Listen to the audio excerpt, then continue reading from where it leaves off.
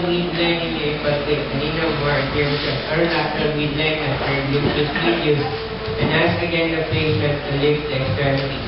Okay, sir, I want you to bring your extremity or knee towards the ceiling here. And palpate it here. Back. Videos. Younger gluteus maximus. Joke. Wait, halimut ka na yung versus of both.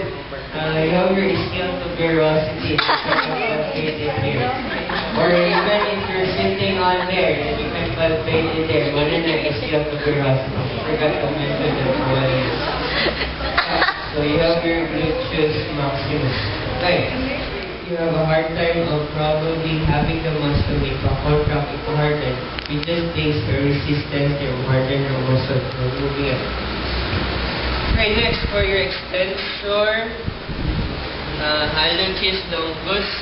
Sir, I want you to bring your big toe towards the ceiling and resist that one. And you can palpate it here. Back.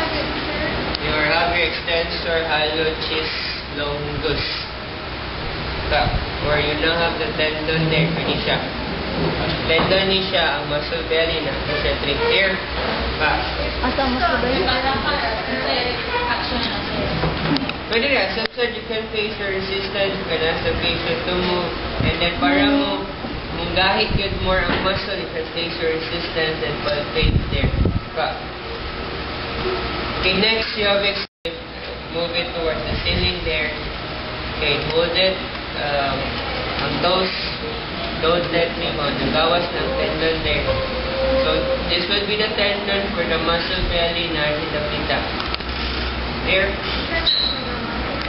You have your extensor digitorum longus. Okay, next, you have your peroneus muscle, peroneal muscle. Please mind. Pwede rin yung in this position. Pwede rin yung a while ago you put the position. So what you're going to do is, you ask the patient to invert the foot.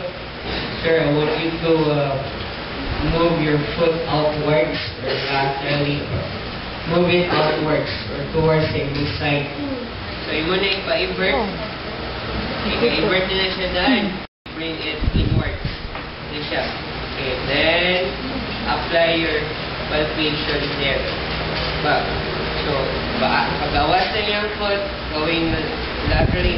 So, imong resistance will be going inward. Then palpate for those muscles. You have your peroneal muscle. You have two man here. You have your peroneus longus here, peroneus brevis. So, okay. Towards the side or outside, left or outward. And palpate for that. Enough, here. Okay, next, with regards to gastrocnemius. Okay. So, prone. Okay.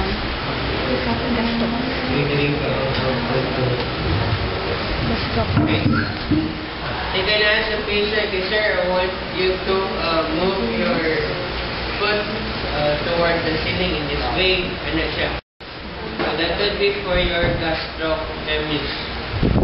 Pwede sa Japanese mo, ipa-tiptoe ang patient, tiptoe. Tiptoe ba? Tiptoe. Then, palpate for the muscle there. Pwede yung Japanese. Okay, for your soleus, yung muscle, you ask the patient to bend the knee. Bend lang ang knee, then ipa-plantar flex Japanese siya. Then, resist that one. Then, palpate lang yan. But more at the side. Like, soleus naman siya. Relax. Okay. Then, okay. Flex, hold, and palpate it there. So, that would be for your soleus. Okay, next, for your down leg and herring. It's hard to palpate them. I lang muscle. Muscle your gastrocnemius. So, you can only palpate nila ang tendon for this muscle. So with regards to the tendon, it passes through behind sa imong medial malleus. Okay, for your tibialis anterior, you just ask your patient to invert the foot. Okay, sorry, tibialis posterior. Okay, so for your tibialis posterior, you just ask the patient, okay, sure, I want you to move the foot inward. Then you just palpate behind sa medial malleus, which is this one. Then palpate for the tendon there behind. Okay? So you have there your tibialis posterior tendon. Okay, so behind sa medial malleus. Okay, next, your flexor hallucis. Take your flexor digitorum longus. So you ask the patient to bend sir, I want you to curl your toes. Curl. So resist the movement. Yan, kung kaya. Then palpate it here.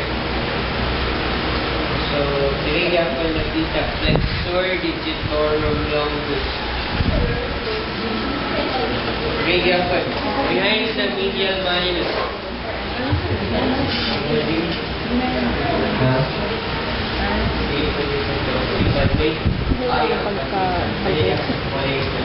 Okay, so there, then sa imong flexor hallucis longus, still same yapon, you just palpate it there. So, matter lang more ang action. So, again, for tibialis posterior, you just ask to invert the foot. For flexor digitorum longus and flexor hallucis longus, you just ask the patient to curl the toes and palpate it here. That would be for the tendon.